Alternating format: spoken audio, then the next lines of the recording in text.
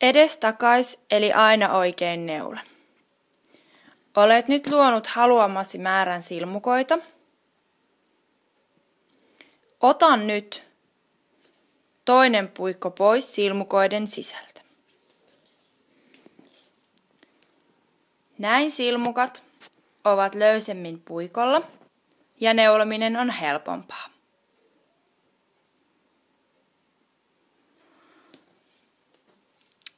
Vie vasemman käden etusormi kulkemaan lankakerralta tulevan langan alta.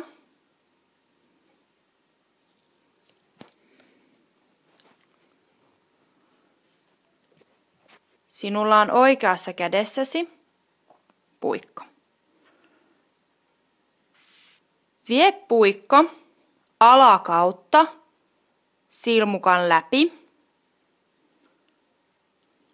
ja hae lanka puikolle. Ja tuo takaisin eteen ja nostetaan puikolta. Vie puikko alakautta silmukan läpi. Hae lanka etusormen päältä. Tuo takaisin eteen ja nostetaan. Jatka tätä samaa.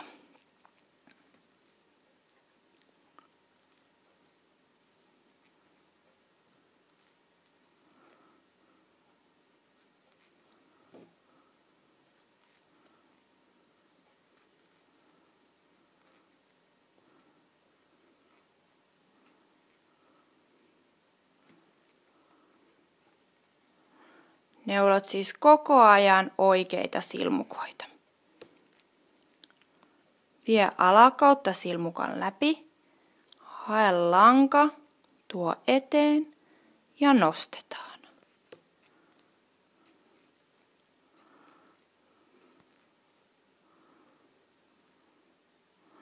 Kun olet neulomassa viimeisiä silmukoita, olet päässyt puikon loppuun, käännä työ. Ja aloita jälleen samalla tavalla. Vie puikko alakautta silmukan läpi ja hae etusormen päällä oleva lanka. Tuo eteen ja nostetaan. Jatka näin.